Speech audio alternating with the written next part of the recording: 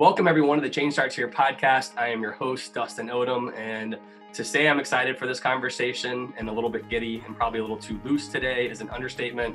We're bringing back to our podcast Dr. Eve Miller, who's the Director of Research for FranklinCovey Education. She is an incredibly brilliant woman, incredibly dynamic, and super fun to talk to. Our conversation today, we believe, is perfectly timed heading into, at least here in the United States, to Thanksgiving time, of gratitude. We want to dive into the power of gratitude. We want to learn some of the misconceptions of gratitude, and we want to dive into maybe some of the disciplines of gratitude and how we can all practice gratitude on a daily basis, because I know we're all thinking about it right now as we're getting back together with our family and friends all across the US and hopefully the world. And so, Eve, thank you for making time. I am so excited to talk to you. So happy to be here, Dustin. Thank you so much. Always an honor.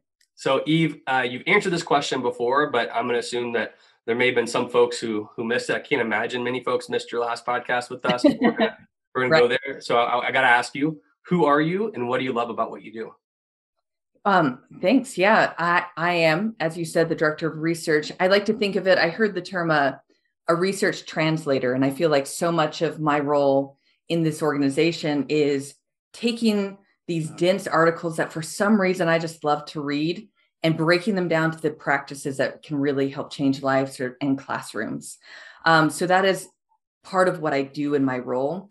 I'm also a mother and a friend and a sister and a daughter, in varying degrees of I'm pretty good at that some days. So so I'm all the things, yes, and very great gratitude is on my mind. And I've just been thinking about the different roles in my life and just how grateful truly I am for all of them. Yeah.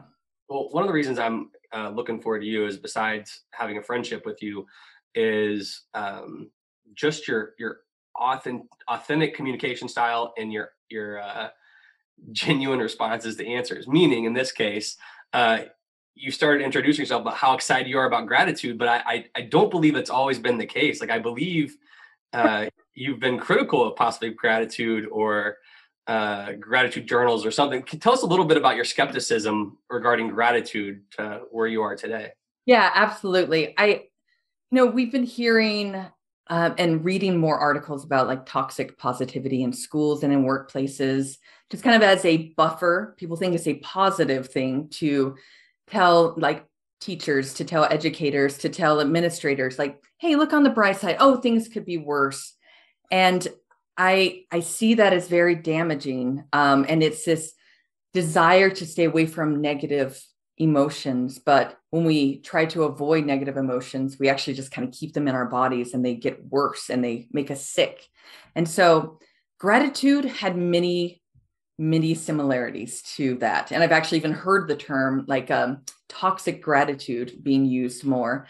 And that idea that, if you go on social media right now, there's a lot of people going on there saying grateful, thankful, blessed. And while there's nothing wrong with that practice. Blessed? Is that what you're talking about? Oh, no, just at 1 month a year, 1 month a year. And it's often tied to things that are very, very positive, and they're often material wealth, right? And so there's this, oh, I'm so grateful for these things, and or for my health, for these different things. So it was just this association that it didn't feel very authentic, some of that dialogue around gratitude. But as I was working on the wellness training, I had the opportunity to help write a training called the Neuroscience-Backed Wellness this last year. And darn it, if this idea of gratitude practices didn't keep coming up. And I really tried to ignore it because I'm like, you know what? That is no, no, okay, I'll report that out that, keeping track of gratitude in a journal is good. But I gave myself the challenge that for this last research conversation that I did, actually just yesterday, that I would look at the science of gratitude for November and really try to understand what everyone's talking about. And Dustin, I was wrong. I am completely blown away by gratitude. It is so powerful. And the reasons it's so powerful are just for me, and that geeky research side of it, I just get so excited about, because I think they are available to anyone, and they cross races, they cross socioeconomic bounds, they cross countries. So it's not reserved for some people who are in some place in their life where they can have it. What is it that you saw? Was it someone practicing gratitude? Was it you trying to practice it? Or was there some research that you came across that you just couldn't ignore? What was it that really kind of took you from this place of like, skeptic? It's not like, I'm not trying to frame you as a dark person of like, I can't believe you're thankful, but like just skeptical of that being such a powerful practice. Yeah, I think that you're right. No, I want to say like gratitude and like people who are posting on social media, I believe that they are doing it for the right reason. Like, let's always assume the good intent, right? Just to be clear. I think that for me, I just didn't get it. And so it was research, unsurprisingly. And this was the research finding that really just started to open my mind up. And it was that unlike other positive emotions like joy or feeling awe, gratitude, you can actually self-induce. You can make yourself feel gratitude. So if I would say to you, okay, Dustin, on the count of 3, go ahead and be happy. Ready? 1, 2, 3. Be happy. Go. Wow. Yeah. Right? Like if anything, it's like, ooh, stop. What are you doing? With gratitude, we can actually do that. We can actually start that in our minds. We can start thinking about things we're grateful for. And because we can do that, that changes everything. As an intervention for ourselves, that allows us, we don't have to have something good happen to us to feel gratitude like we need for like happiness or awe sometimes. You can go do it every single night in a journal. You can do it and it shifts your brain to make it more about the way you take in the world. So that's what is also really profound is it changes your brain. How do you help people who are, I've had some friends recently just being in just a really dark place where they're like, I can't be thankful for anything. How do you help them take a step? Because I know that's a real place that most people, I've been there at some points in my life, which I hate to admit, but we're all messy. What are some like those baby steps that people can do to practice gratitude when they're really, really skeptical in a really tough place? Yeah, really simple things. So a lot of these interventions for gratitude, you talk about some interventions and there's like a 5-week, like 2 hours every week of like direct teach and all of these lessons, all these things you have to apply for other interventions. Gratitude interventions can be 5 minutes long. So here's an example. One thing that they can do, write a letter to someone that you feel grateful for in your past, whether you plan to send it or not. That when they did that they've done this many times, but they had some people who were already receiving counseling services. So these aren't people where everything's going great in their life at that moment. They were people who were receiving counseling services for anxiety and depression. And there are 300 of them. And in this one group who wrote 1 letter a week for 3 weeks, so just 3 letters total, versus a group that just kind of processed an emotion that they went through some writing prompts, reflected, and then there was a control group. The group that just wrote 1 letter a week for 3 weeks showed profound impacts to their well-being, like all these positive impacts that the other 2 groups didn't see. But what's even more profound about this finding is those lasted for 12 weeks when they stopped tracking the participants. So 3 letters, the intent behind it, but the well-being benefits are so powerful that they lasted for at least 12 weeks. There's another study with another practice where nurses, so another high stress job, just like educators, right? At the end of their shift, they were supposed to, for the volunteers, they just wrote down a few things they were grateful for and just noted like 3 or 4 things, right? Pretty simple. They did that for 2 weeks at the end of their shift. So about 10 different times of doing this. And same thing. So they were tracking depression, work-life balance, some happiness measures.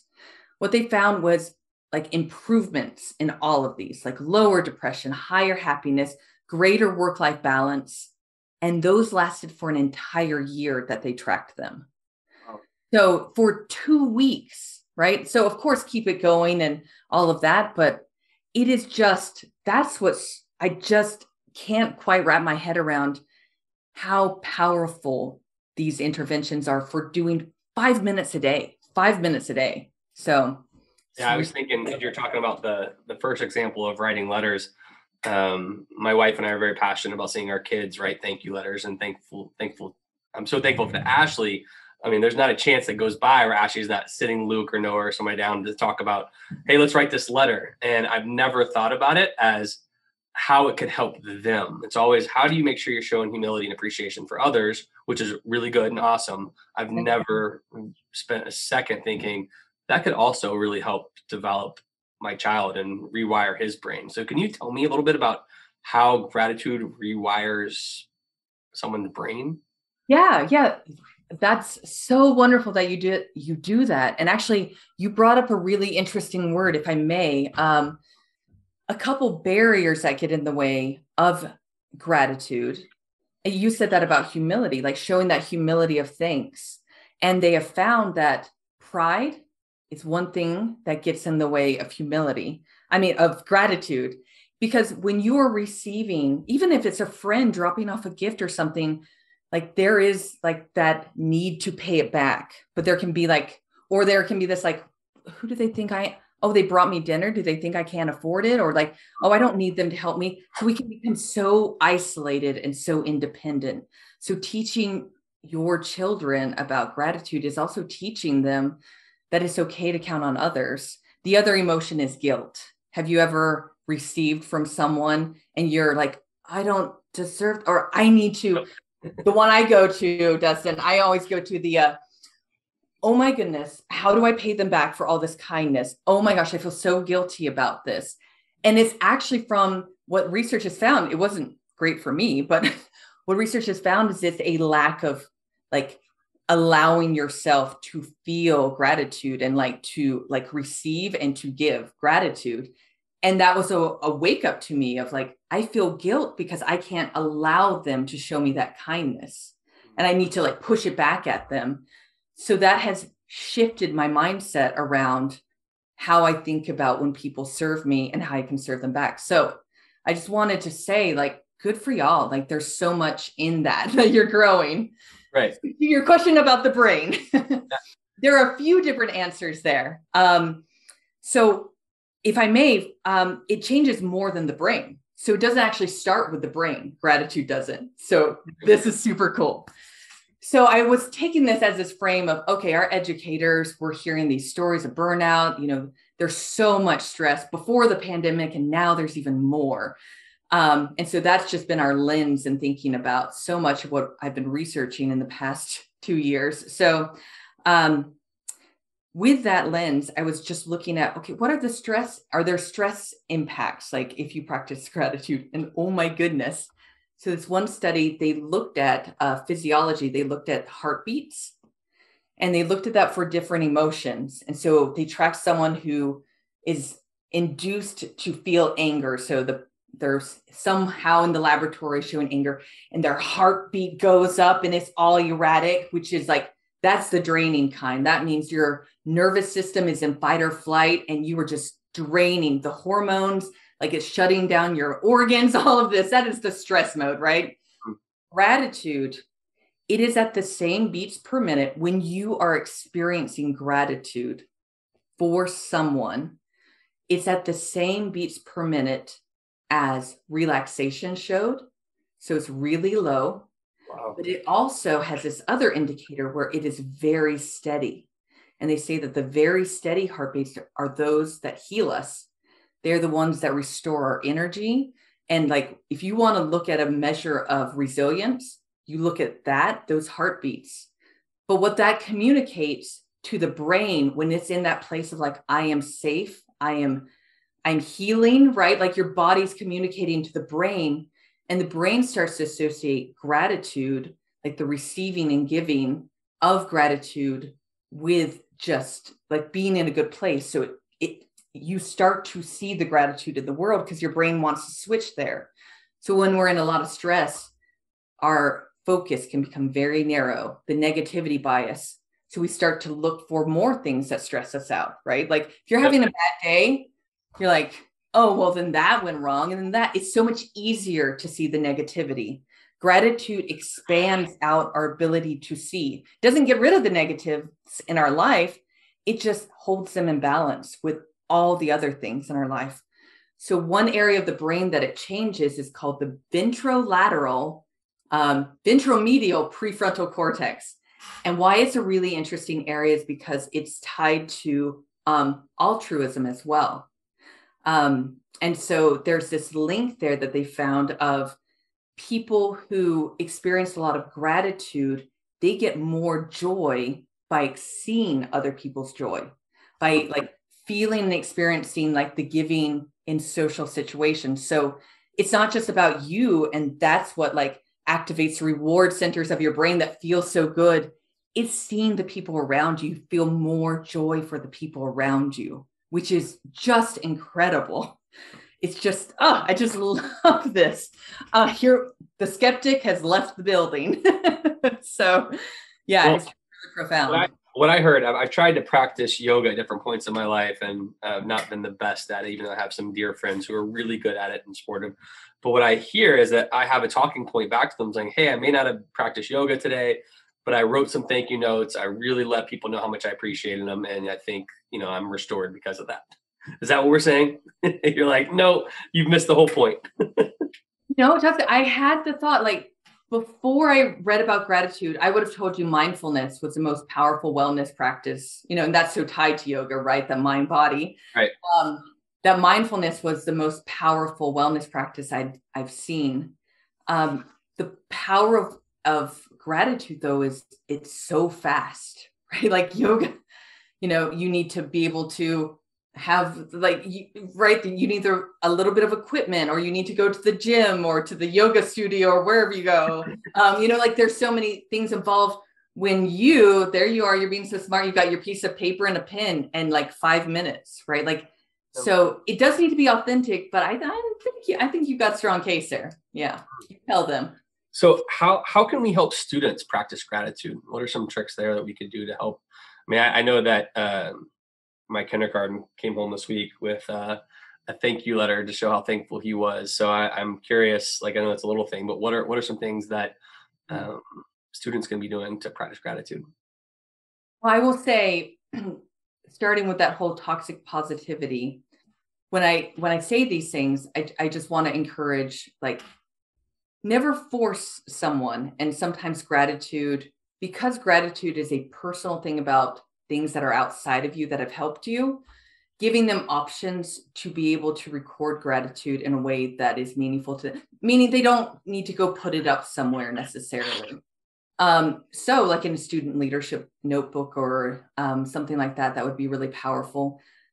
The first thing that we always go to with Leader in Me, right, is modeling. An educator showing gratitude and like being in that mindset of gratitude will not only be healing for the educator, that is so contagious. There's this thing called emotional contagion, and gratitude is very contagious.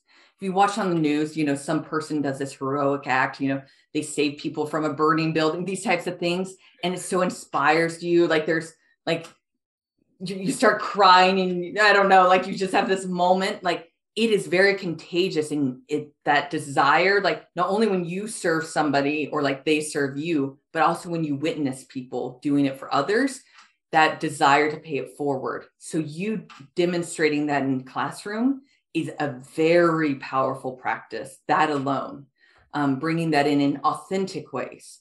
And also, if you want everyone to write down 1 or 2 things that they're grateful for at the end of the day and give them a quiet moment to do that, it's going to feel weird at first. I tell you, it feels weird at first, but that's because the brain is making a new pathway to gratitude and all those beautiful things.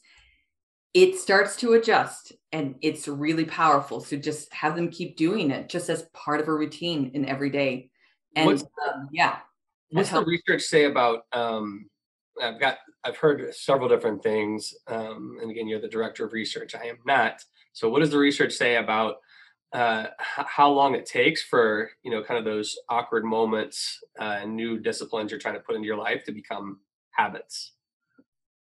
Oh, goodness.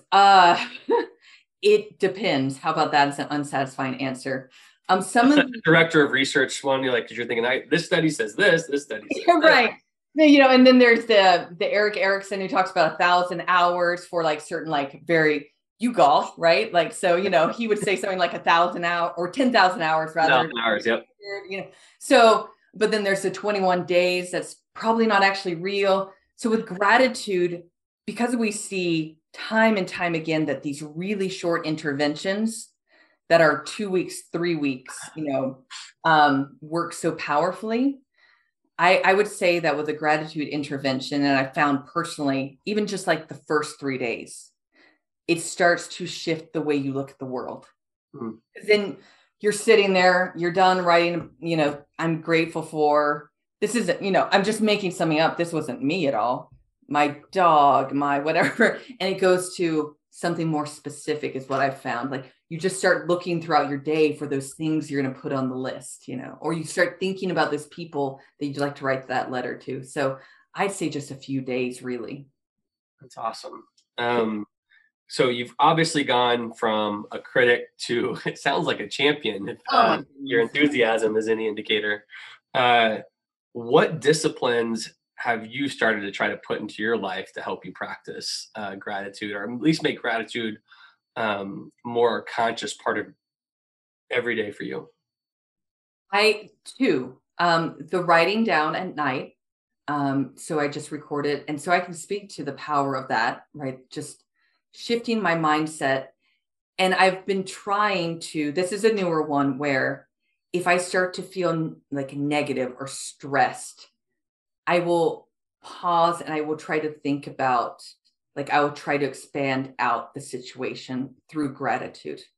And that allows me to look more clearly at those negatives and to approach them in a way that's more meaningful to me, right? So that sounds silly, but if I'm, that person hasn't gotten that back to me yet, I can think about all the things I actually can accomplish while I'm waiting for that, or doing this other thing. There's so much that is available to us. And then we can, if we shift our mindset to the things that we are grateful for in that more general way. So that's another one that I've been doing.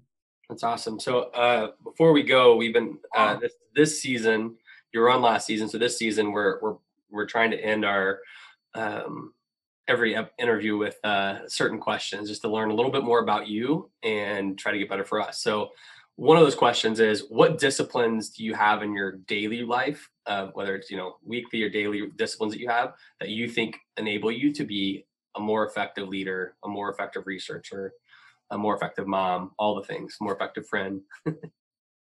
I just love that question. I will say that keeping my heart open to people and having compassion for them. I feel like right now it's so easy to choose a side in these very divisive issues throughout in the US, and to see people as others. And that is not a place that is good for my heart. And knowing the science behind how much we need each other and to feel connected to those around us, even the strangers. And I also research for people, no matter what side of the aisle, so to speak, they're on. And so I don't want to ever be thinking about educators as what state or country they come from. I just want to love the people. And so that is a very conscious discipline of mine, is to just express compassion for people. I think knowing a lot more about trauma now also helps me to go, they are doing the best they can with the tools that they have right now. So that is mine. I want to keep my heart open to people. I think what's really interesting in this is throughout life, I've seen folks that are there's an oversimplification of people, but I've felt that there's head people and there's heart people. Again, what that means is not that the head people don't have a heart and heart people don't have a brain, but it's that's your place of starting, right? Of I feel first, then I think first, then I feel. I think what's interesting to you is that I've always felt, for the number of years I've known you, that you go both, whichever way you need to, which is pretty interesting. But what's fascinating to me is, as you're diving into the more of the head part of these topics and research, your heart seems to get bigger and bigger and bigger for it. And so there's something to it. I don't know what it is, but I just want to share that with you as someone who's kind of watched you from afar. Your heart's always been there, but it's really clear as you're diving into these really tough topics. It's growing this bigger heart. So I'm assuming your message continues to get out with folks. So thank you for that. Yeah, thank you very much. Who or what? I usually ask like, what books are you reading, or what authors do you like right now? But I also know that a lot of people consume information differently, whether it's through podcasts or whatever else. So who are you reading? What are you listening to that's really just a good place on a regular basis where you're getting information or insight or something that just helps you get better? I do love podcasts, and I truly love your podcast. It's an honor.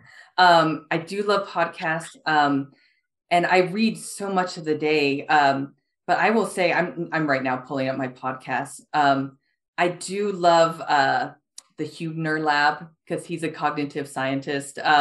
And I'm looking here. I do also love Scott Barry Kaufman's about the psychology of, the psychology podcast. But I also love like On Being by Krista Tippett, where she brings in kind of both like the mind and heart as well into some conversations. I love Ed Week. I love like some of these like research education organizations. This is not a very interesting answer. I can tell you my favorite. It is. We're getting a window into what drives you, and all of us. Like as you just pulled up your podcast list, I'm looking at mine thinking, well, that sounds a lot more intelligent than mine. Mine may have a few more sports ones in there. Oh, I've definitely got my like true crime on there, and all sorts of guilty pleasures. So right. I just sound cool for a second. I mean, no, that's what we want. We want I think the reality is that I remember where you're interviewing Jeffrey Canada and just learning, the different ways he thinks and what he listens to, the music he listens to, or the podcast he listens to. It's just, you see how well-rounded people are. And so I would hate for people to get on here and think all you do is think about psychology, which is good. Okay. Research. Can I give you the rest of the answer then? Yeah, sure. All right. I probably go through an audiobook a week. And it is so often like suspense, thriller, true crime, detective, all. I absolutely love those. And I will say, and I will stand by this, and I will form an argument for this right now. TikTok is the best social media platform. The end. Oh my God. Eve, I remember when we were starting the podcast, and anybody who follows me, which I don't know how many people actually do on Facebook or Instagram or Twitter or anything. I'm not Facebook. I probably post the most. My wife's helped me with the Instagram side. I started looking into TikTok right about the time of this launch, and I will lose hours on it. I thought, I was like, oh, it's just for kids, whatever. I will lose hours learning. I mean, there's so many things that I can actually learn there, which is crazy, but there are also guilty pleasures if you're like, just kind of get lost on things that you laugh at. I mean, I stop for animals and like cat video. Oh my goodness, the chickens. Oh yes. No, I'm with you. Like this is not like, oh, I'm so cool. I've got my own vices, but like social media was not one of where I was like, oh, I get stuck here. TikTok, I'm with you, Dustin. I'm like, but I find such joy in it. Like I'm laughing 1 minute and crying, or like, oh, I need to like write that recipe down. That's amazing. Oh, that's how you do eyeliner. Okay, great. I love it. Oh my goodness. It's where, people. I found this one TikTok video one day that just showed like, I love you by the number of TikTok videos I share with you each day. And so I sent that to my wife because she's like, you keep sending me this. I'm like, well, I thought you would love it, thought it'd make you smile, and it made me laugh. So keep it moving. It's going to be like a revived love language. It's going to be the 8th love language, or however many there are. Yeah, they're totally bringing it. Oh, I agree. So let's keep going down this path. What is like you're driving around, you got Friendsgiving tonight, so maybe you're driving to that or hanging out. What's on your playlist? Like songs that you'd really like to have in the background. I'm sure you're an incredibly multifaceted person, so like I don't get lost in like, well, Friendsgiving, it needs this kind of vibe. Think about like what you want to rock out to and drive around to. What are you listening to right now? Okay. Oh, I'm here for this question. All right. I'm not gonna, I'm not gonna overthink this. I will say as a genre, I do love like Americana music a lot. Okay. So like your Jason Isbell, I would even count some of Taylor Swift stuff in there. It is her week right now because TikTok told me. But I love like the Avett Brothers and different groups like that. But then I love a lot of like not classic rock, but like the 70s. Like I love so many of the bands, but I love the 50s and 60s, some 80s, some 90s. But yeah, oh yeah. I love some good pop music. I am not above it. I just like, come on, like, you know, and if you've read the Burnout book, like you have to close the stress cycle by just like moving your body and dancing. Oh yeah, we get the pop music going. So Dua Lipa, come on. We talked as we were talking earlier. Obviously, our mutual friend Anna Thompson, who is just incredible. I was in Salt Lake last night, and they had like advertisements of upcoming concerts, and New Kids on the Block was on there. And I don't know Anna well enough to know her music genre, but I just feel like she's in for anything. So I leaned in. I was like, Anna, we going June 8th, New Kids on the Block. Yes. Dustin, I only refer to them as NKOTB. NKOTB. Yeah, which I hate to admit this, but yes, I did like them a lot as a kid, and so I would have done that. But she just basically called me out. I was like, it's NKOTB. I'm like, oh, you know. So I'm not above pop either. Boys to Men, they've been touring too. Like, you know, they are solid. So, Boys to Men is my all-time favorite group. I think my wife could answer that if she was brought down here and we put her on the spot. So really? I'm a big fan. Mm-hmm. You watch a documentary about them?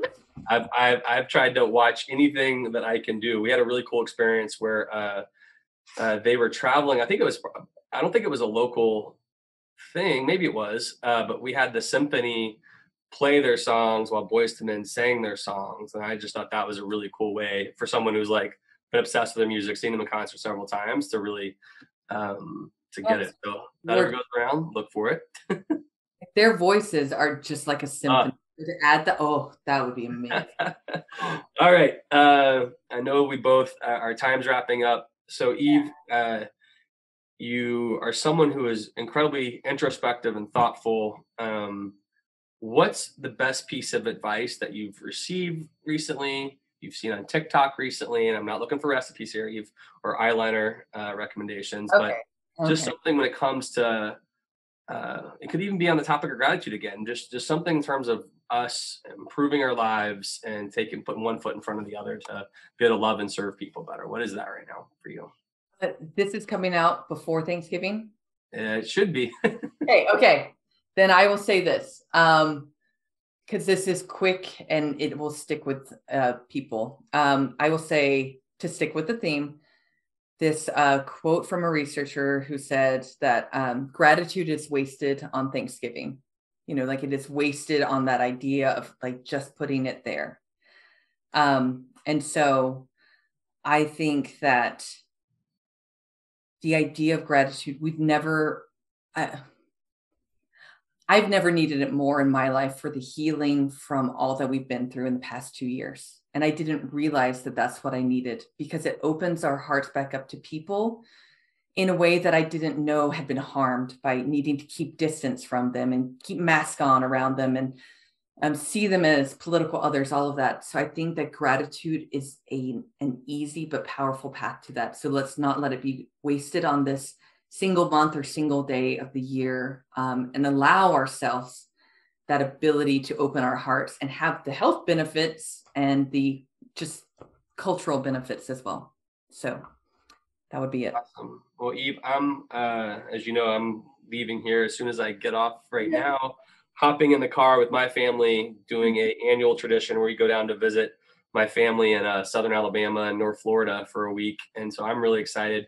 What cool plans do you have coming up? I think you have a Friendsgiving tonight. What do you have? Do you have anything special the rest of the week?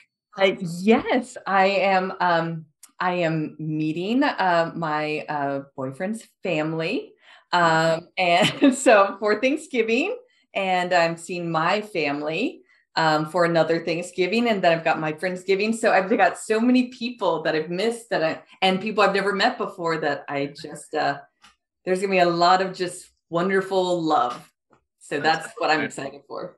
I'm not going to volunteer you for this, but given how fun our pre-call just conversation was and this conversation was, I may have to start seeing if I can recruit you to be either a regular segment, or this could be the Change Starts Here with Eve and Dustin show.